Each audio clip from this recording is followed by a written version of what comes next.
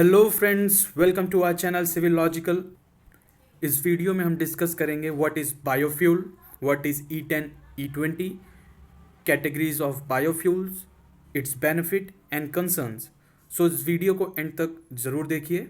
But before we go further, आप लोगों के लिए एक क्वेश्चन है which is very much in news, and the question is where the 27th session of the Conference of Parties to the UNFCCC will take place. These are the options. You can pause and comment the answer below. So what is the need that we are discussing biofuel today? देखा जाए तो ज़रूरतें एक नहीं बहुत सी हैं।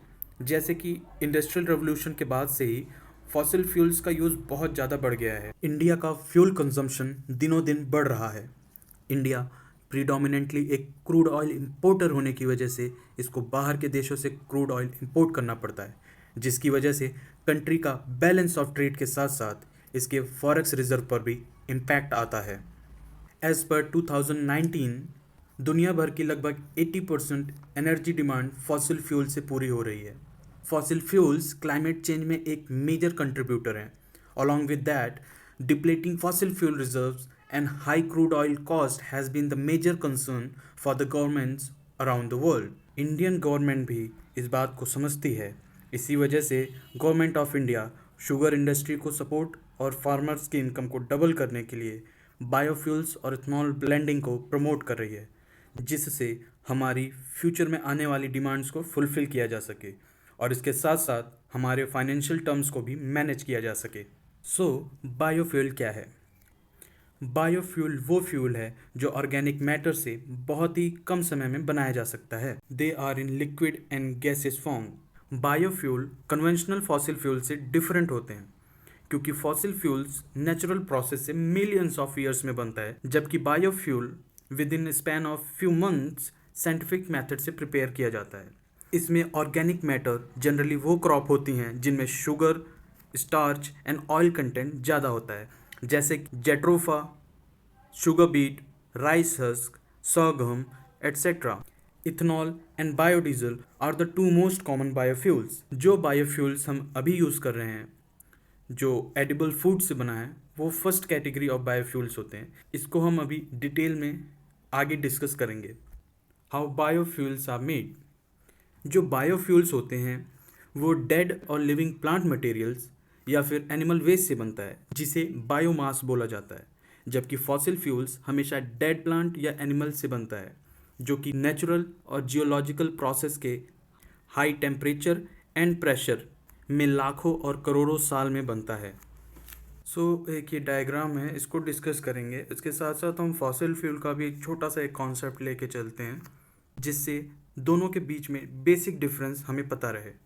चाहे biofuel हो या फिर फॉसिल फ्यूल, दोनों का बेसिक कंपाउंड कार्बन होता है, लेकिन डिफरेंस यह है कि फॉसिल फ्यूल्स हिस्टोरिकल रिजर्व का कार्बन होता है और अब हमारे प्रेजेंट इन्वायरमेंट में रिलीज होता है, जिसकी वजह से कार्बन परसेंटेज एटमॉस्फेयर में बढ़ रहा है।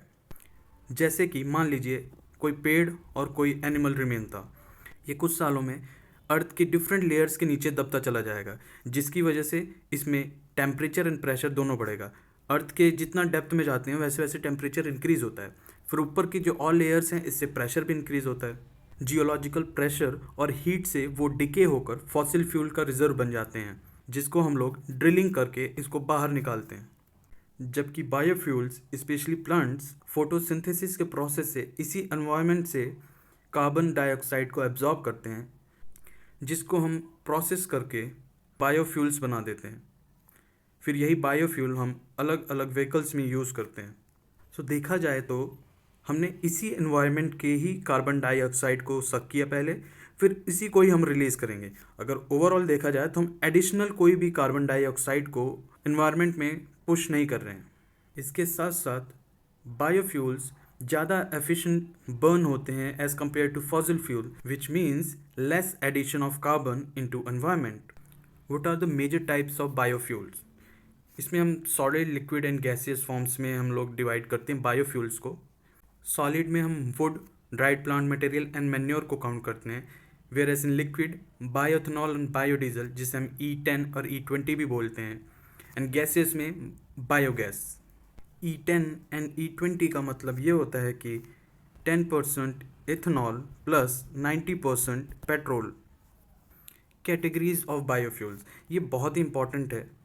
अगर किसी भी एग्जाम के लिए प्रिपेयर कर रहे हैं तो इसको आप पूरा अच्छे से याद कर लीजिए, because it will help. First generation biofuel, it has high carbon content और ये मोस्टली शुगर, कॉर्न और स्टार्च से बनता है। एंड ये फर्स्ट जनरेशन की बायोफ्यूल कैटेगरी में इसलिए आता है बिकॉज हम लोग useful and edible food items को यूज़ करते हैं। Next is second generation biofuel. इसमें green house content first generation के कंपैरिजन में लेस होता है और ये मोस्टली वेस्ट आइटम से बनता है, such as rice husk, wood chips etcetera. The third generation biofuel, ये बायोफ्यूल कार्बन न्यूट्रल होता है। इसका मतलब ये है इन्वायरमेंट से जितना कार्बन डाइऑक्साइड ये सक करता है, ऑन बर्निंग ये इतना ही रिलीज कर देता है। इससे क्या होता है कि कार्बन डाइऑक्साइड का जो अमाउंट है इन्वायरमेंट में वो उतना ही रहता है। And these biofuels are produced by using micro organism such as algae. Fourth generation biofuel, इन तीनों की कंपैरिजन में सबसे बेस्ट माना जाता है बिकॉज ये कार्बन नेगेटिव होता है। अगर ये एनवायरनमेंट से 10 यूनिट्स ऑफ कार्बन डाइऑक्साइड को सिक्वेस्टर कर रहा है तो ये मे बी 8, 9 और मे बी इससे लेस कार्बन को एमिट करेगा। And this type of biofuel is made from genetically engineered crops. इनका मैंने डिटेल नेक्स्ट कुछ स्लाइड्स में लिखा है, आप लोग उसको पढ़ सकते हैं।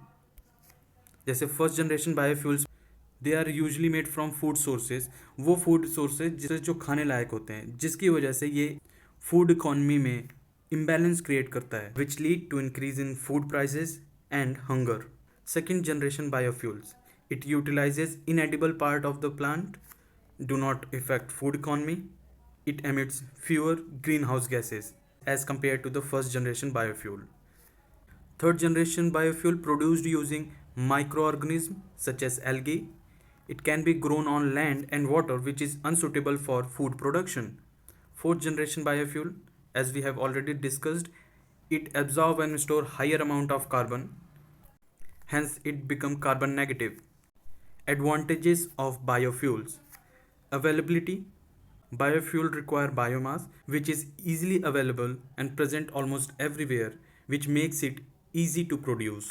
Second is waste reduction, produced using waste material and inedible part of the crop. जैसे कि हमने बहुत बार देखा है FCI स्टोरेज में वीट एंड राइस पड़े पड़े वेस्ट हो गया है या फिर बारिश में भीग गया है। अब वेस्ट होने की जगह गवर्नमेंट इथेनॉल प्लांट्स को ये सेल करके इनकम जनरेट कर सकती है। Reduce dependency on crude oil and non-renewable resources, because a part of total energy requirement will be fulfilled by the biofuel blend such as E10 and E20, which will be prepared within the country. So we will import less fuel. Economic development. The production of biofuel can be a labor-intensive process, thus result in creation of jobs. Since the biomass is easily available, we can set up biofuel units within the rural vicinity just like biogas plant. इसमें rural job creation के साथ साथ income generation भी होगा which will help in improving the demographic dividend.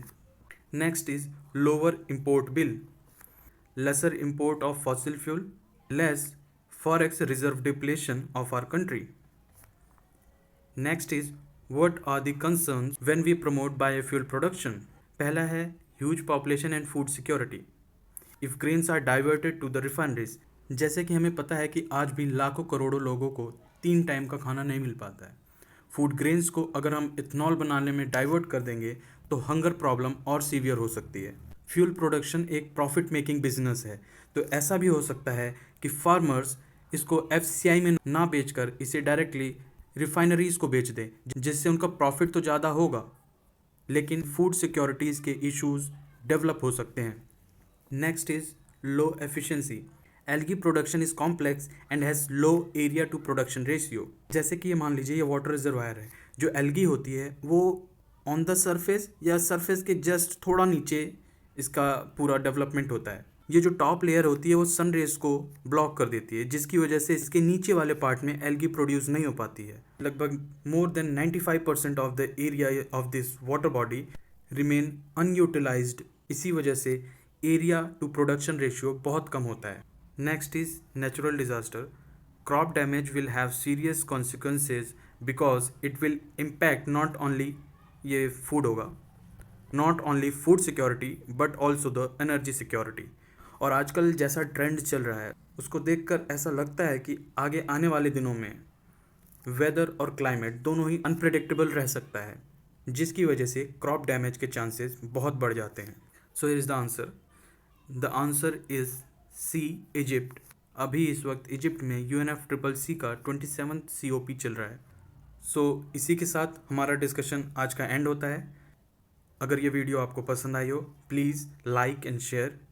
Thank you very much for your time.